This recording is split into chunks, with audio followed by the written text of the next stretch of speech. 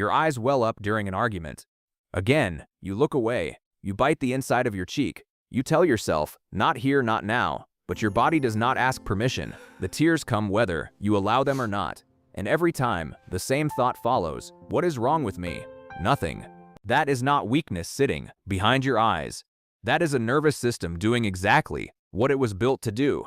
And the science says something most people will never tell you. I'm Tim. I dig into the peer-reviewed research most psychology channels never cite. And today, what your tears are actually doing, it is not what you've been told. Stay with me, because this is going to reframe something you've been carrying your entire life. Here is where most people get it wrong. Not all tears are the same. Your body produces 3 types. Basal tears keep your eyes lubricated. Reflex tears flush out irritants, smoke onions dust. But emotional tears, those are different. Biochemist William Frey spent years studying them at the Ramsey Medical Center in Minneapolis. What he found changed how we understand crying. Emotional tears contain cortisol, the stress hormone. They contain ACTH, a hormone linked to the stress response. And they contain leucine and enkephalin, a natural painkiller. Your body is not breaking down when you cry. It is flushing. Emotional tears are literally a waste removal system for stress chemicals. Your body is taking what is harming you internally and pushing it out. That is not fragility. That is biological intelligence. Read that again. Your tears are a built-in detox mechanism for emotional overload. Now here's the part nobody tells you. You have been reading your tears wrong your entire life. You assumed crying easily meant something was missing. That strong people do not need to cry. That emotional tears are a sign you cannot handle yourself. But the research says the exact opposite. In 2003, psychologist Elaine Aaron published research on a trait she called sensory processing sensitivity. Roughly 15 to 20% of all humans carry it.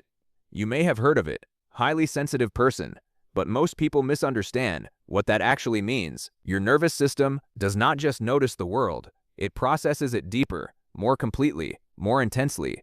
A sad scene in a movie is not just sad. Your brain is running the emotions of every character, feeling the weight of what they lost, imagining what it would feel like if it happened to you.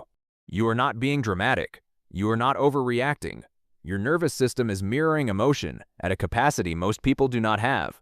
That mirroring is driven by something scientists call mirror neurons, brain cells that fire both when you experience something and when you watch someone else experience it.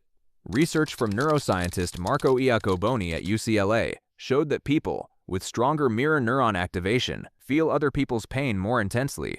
And here is what that means for you. When you cry during a commercial, or during an argument, or when someone is simply kind to you, your brain is not malfunctioning.